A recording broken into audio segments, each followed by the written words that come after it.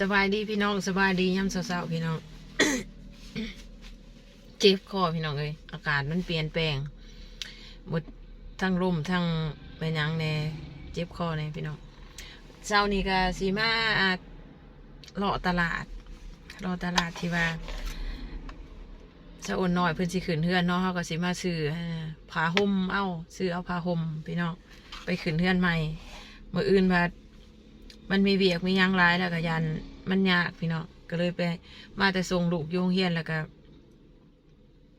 มาแวะตลาดก่อน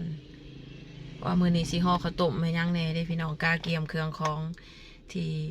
จะขึ้นบ้านใหม่เอาลงเลาะตลาดกันเลยพี่น้องเลยสี่พัน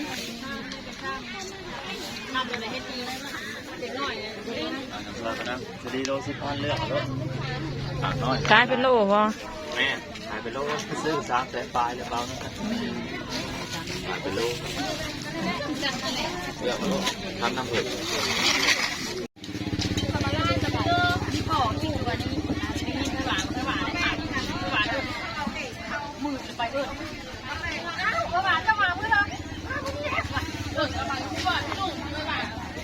วันนี้นั่นมาชุดนี้เขาติดชิบมือโอ้ยจะมาเจ้าขึ้นเจ้าหนาบอกไม่ได้หรอกมาโอ้ยมาแล้วกันหนึ่งรอบอันน้องเลือกนอกก็ได้ยังจะบุกซีนั่นโมมี่เนาะซีหม่วงโมมี่เนาะจะได้ผมติดบุ้ง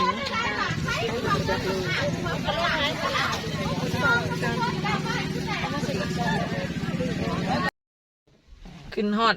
รถแล้วพี่น้องเลยตอนอยู่ในตลาดบ่ได้ถ่ายอยากเครื่องลุงตุงติงไม่จะไปเบิ่งกันเลยว่าซื้อยังแน่เนาะไปเบิ่งอยู่เพื่อนพอดีพี่น้องเลยเพื่อนฮอดซ่านวิธีเรียบร้อยเลยพี่น้องมื้อนี้ก็สิมา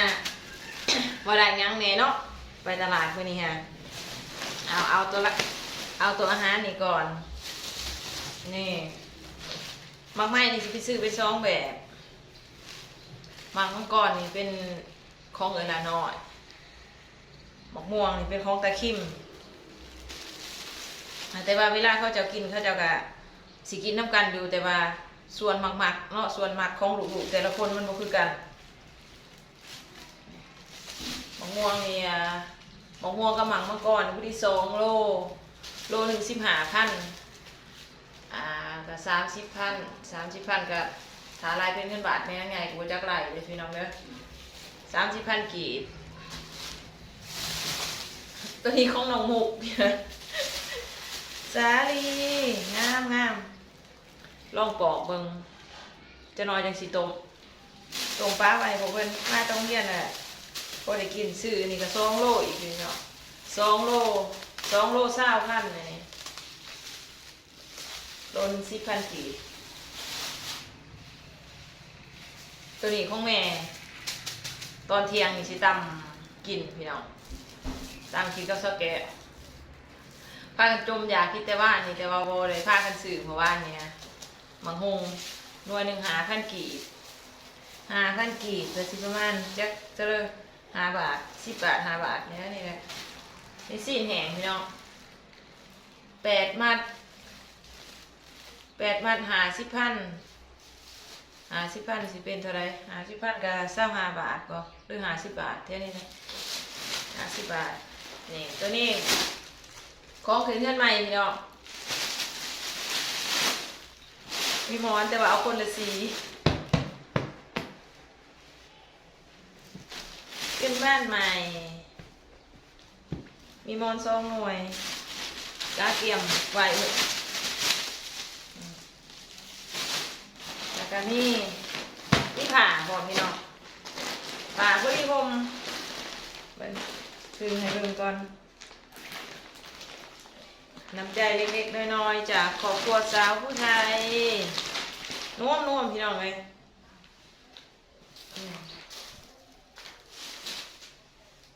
นี่แหละ งามบอกพี่น้องสีอื่นก็มีอยู่แต่ว่าสีนี้มันงามในตา เป็นสีฟ้าสีย่างก็มีอยู่เนี่ยผ้าห่มนี่ ลูกสาวในเรือนก็ขายพี่น้องเลยขายทางออนไลน์นั่งไงกับแม่รัตนาสิขายมัดหนึ่งมันสิมี10 ผืนเขาจะสิขายคันซื้อเป็นมัดล่ะมันมี10 ผืนเนาะ10 ผืนก็สิขาย800,000กีบ10 ผืนน่ะ800,000กีบก็สิเป็นเงินบาทเบิ่งแม่นางไงจักสิไล่เป็นจักบ่เนาะไล่ผิดไล่ถูกก็ขอโทษขออภัยเนาะ1,000มันก็ถึง500,000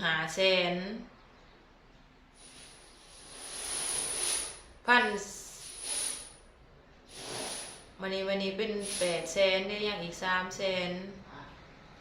1,600แถวนี้แหละทั้งนอกนี่นะเช่นพี่น้องเอ้ยแม่นบ่1,600 แค่นี้แหละแม่ก็ไล่บ่เป็นแม่นบ่1,600แค่นี้ไล่บ่เป็นพี่น้องก็อย่าว่ากันเนาะแต่ถ้าเขาออกมาขายเป็นพื้นนี่สิขายพื้นหนึ่ง80,00090,000กีบ90,000บ่หอดพื้นบ่ถึงพื้นละ100ซักพวกเพิ่นขายซอกไอ้เนาะก็ได้ตื่มบัตรตื่มเบอร์พวกเพิ่นแม่ก็ว่าสิ้นเดือนนี่จังสิอุดหนุนแม่รัตนา10 พื้นสิมาป้าไว้อยู่ในสิเอาจัก2มัดหนึ่งเลยสิเอาเมื่อไว้อยู่วิลาอีกแล้วก็มัดหนึ่งเสียมาไว้อยู่เพื่อนนางนอนสิสั่งน้ำลูก2 มัดอุดหนุนลูกพร้อมพี่น้องเลยแต่ว่านี่น้อมพี่น้องเลยไปส่งก่อนนี่แหละมีผ่าพื้นหนึ่งม้อน2 หน่วยพี่น้องเลยเอาไปคำคูดขึ้นเพื่อนไม่จะอ่อนเนาะ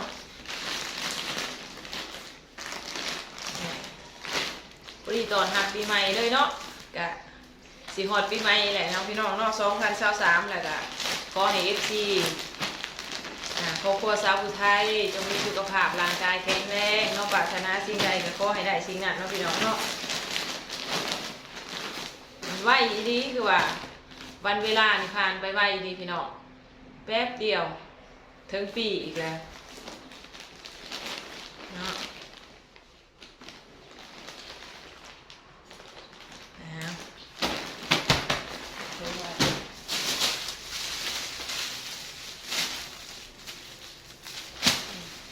แล้วเรียบร้อย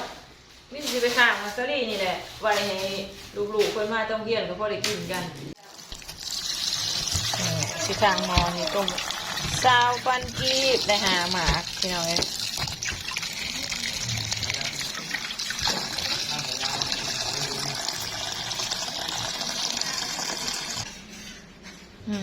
ข้างขึ้นใส่หม้อแล้วเรียบร้อยพี่น้องเพิ่นมาแต่โรงเรียนตอนแรกก็บ่ได้กินเลยพี่น้องเอ้ยคลิปนี้ก็สิได้ลาไปก่อนพี่น้องเจอกันคลิปหน้าขอบใจทุกกำลังใจทุกคอมเมนต์ทุกการติดตามจาก FC ที่น่ารักทุกคนเนาะพี่น้องเจอกันคลิปหน้าพี่น้องบ๊ายบายมือก็ยังเปียกอยู่พี่น้องข้างหมอมักซารีทาลูกตอนแรกเจอกันคลิปหน้าบ๊ายบาย